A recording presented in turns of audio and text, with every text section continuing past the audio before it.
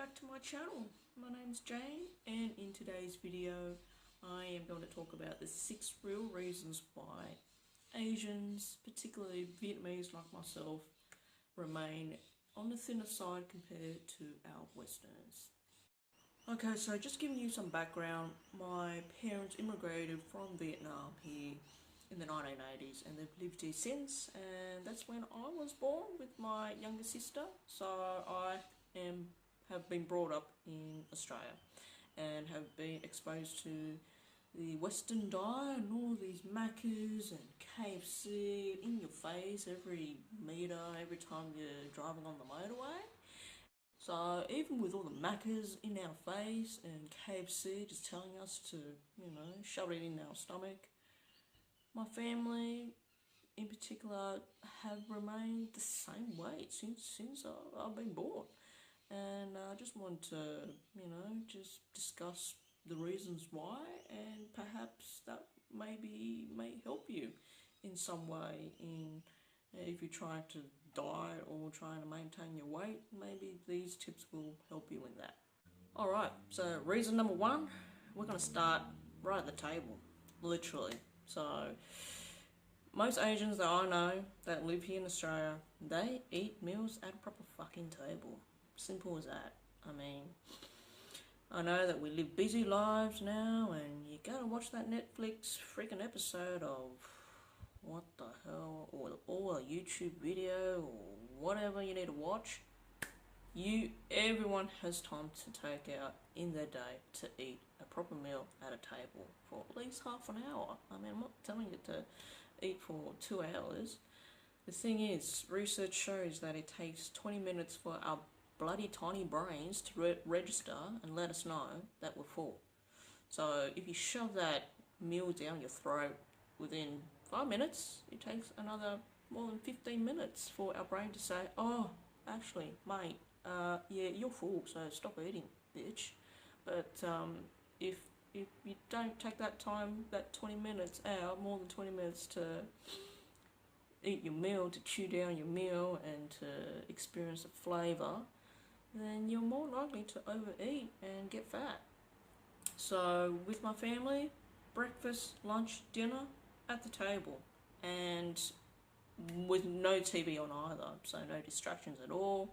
We take our time to eat, and we talk about crap, about what are you going to do for school? You gotta, get into medicine, you gotta get into lawyer, you gotta start making money, bitch, yeah? So, but with all that discussion and things like that, it helps our brains to tell us after 20 minutes, you're full, and then you don't overeat. Very, very rarely we have to pick up something to snack on after our meals.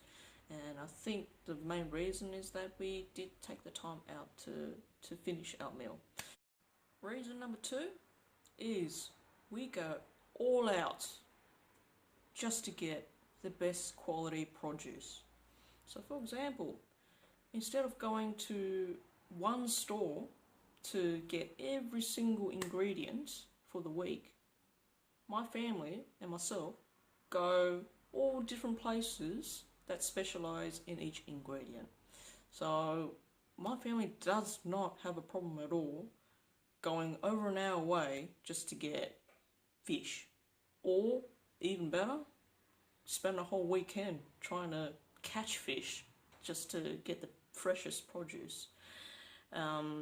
Compared to that, Westerners or Aussies, I can see they tend to buy every ingredient in just one supermarket, like Coles or Woolworths, so they get all the meat, all the seafood, all the fruit, vegetables, and other packaged foods all in one place. That's very less likely that they're going to find the best produce all in one place. Another reason is that when you go to like Coles, you always have to walk past that croissant that's sitting outside. You can probably smell it as you walk in as well. Or you have to walk past some chocolate, Lindt chocolate, or those wafers, or butter cookies, before you can see what you need to get, like a mushroom. when you go to a fruit store, you see the fruit there. You see the vegetable that you need to get. You don't have to walk past pastries and nice smelling food to get there. So whenever I go to Coles, I have this feeling that I need to eat, even though I'm not even hungry. But I feel like eating sweets for some reason. And I think that's very smart of the supermarkets there, is to try to lure you in. And even though they give you all these choices of gluten-free, fat-free, low sugar, blah blah blah, they whack you right there in the entrance with some pastry telling you, come on in, you know. Here's a sweet smelling food, even though you're only there to get fucking fish. Yeah? So when you shop at those supermarkets, you're more likely to buy processed foods and foods that you don't really plan on getting, just because, you know, you're weak in your stomach or you're hungry at that time and you're forced to buy it. Well, if you go out 1 hour away to another shop that only specialises in seafood, like a fish market, you're only going to get fish there, 100%. You're not going to be getting a croissant. Reason number 3 is our diet is more seafood based. So from when we were young till now, it's at least we eat at least 3-4 times a week seafood. We eat less red meat, just because we don't really know how to cook it other than overcook it, because we usually prefer well done. In my family, they think if there's a tiny bit of blood coming out of it, it means it's cancerous. So maybe that helps you, or maybe not. But research does say that omega-3 in seafood helps you reduce your cholesterol and all those other health benefits, reduce diabetes, heart attacks, blah blah blah. I'm not going to go into that, but seafood is much leaner than chicken and red meat, and that might be a reason why other Asians, like the Japanese and the Koreans, that also eat more of a seafood diet, they stay slimmer than the Western diet. So reason number 4 is my favourite reason, is especially with my family, from my experience, my mum does not have a filter. So she tells me, as soon as that 1 gram of fat sits on my stomach or on my face, she will let me know. She will say, stop eating, you've gone fat. Compare this to a white family. If, like my friends or my colleagues, if they do gain a bit of weight, they never, ever, I've never seen any of their family members tell them that, hey, you've gained some weight, lose some weight. They are more inviting, they're more positive. They say, okay, you've gained some weight, that's okay, you know, accept the body the way it is. It's alright to put on some pounds. Well, in my family, it's like a negative thing. If you gain some weight, it means that you're unhealthy. You're eating too much. You're gonna get diabetes. You're going to get all these other health issues. You're gonna get a fucking stroke right now. So you gotta lose that 1 gram of fat right now, today. So with that type of attitude towards weight gain in my family, it has made me very scared to put on any weight. I'm not quite sure if this is the same with other Asian families that live in the Western countries, but that is my number 1 reason why I am very scared and very resistant of gaining any weight or accepting of any weight gain, is because otherwise I'll have to deal with it with my family. Okay, on a lighter note, reason number 5 is that our greens or vegetables just taste so much better than how the Westerners cook their greens. Well, the only greens that we've been exposed to here are boiled, steamed, or mashed up in a smoothie. And I don't know how you eat it. Actually, I know how you avoid eating vegetables, especially the kids, because it tastes like shit. I don't know how anyone eats that crap.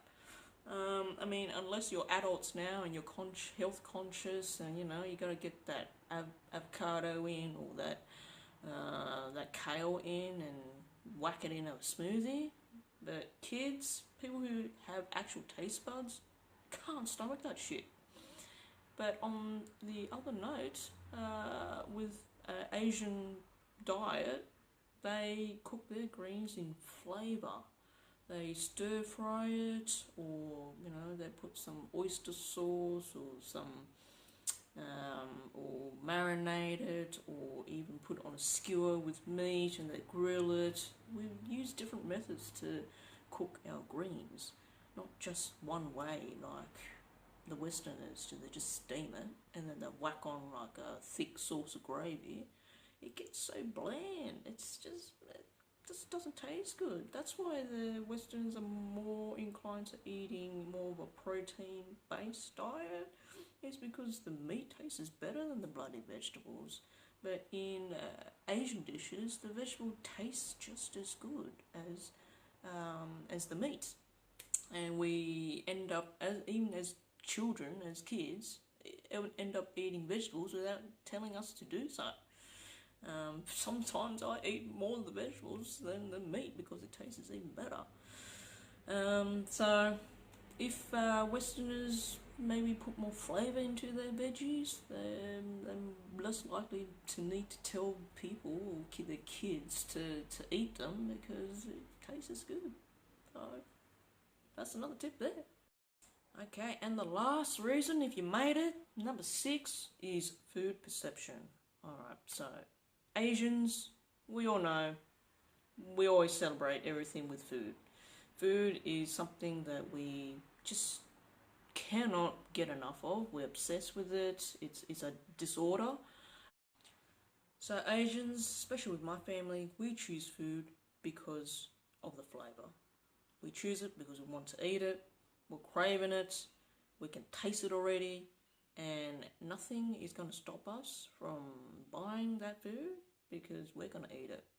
Who cares about that nutrition value or calories or whatever? We're going to eat it. While Aussies or Australians, they tend to choose, I find that they tend to choose food based on other reasons other than intuition or flavour. Like, do you see any Asians at an Asian store look at the nutritional value of the food? Very rarely. Very rarely. But how many do you see Westerners go into like those Coles and Woolies supermarkets and they're looking at the box? Like, you see a lot of them, especially women. We always see that happening. I find that Westerners, they choose food because they gotta eat their protein for the day, or they on a keto diet and they gotta get that fat intake in. The main issue with this is that they're gonna get cravings. Yeah, like I don't crave freaking protein. Like, how often do you hear people? Oh, I crave 20 grams of protein and 50 grams of fat, and 10 grams of carbs. It's not a realistic way of maintaining your diet or your lifestyle if you follow that type of way to choose food, really, because you're gonna dig into your cravings sooner or later, and that's what happens when people go on these diets, is that they fall off the bandwagon and then they gain the weight back, and then they're back to square one again. Get on another diet, do it again, and then get off it and get back on. That's how they make their money.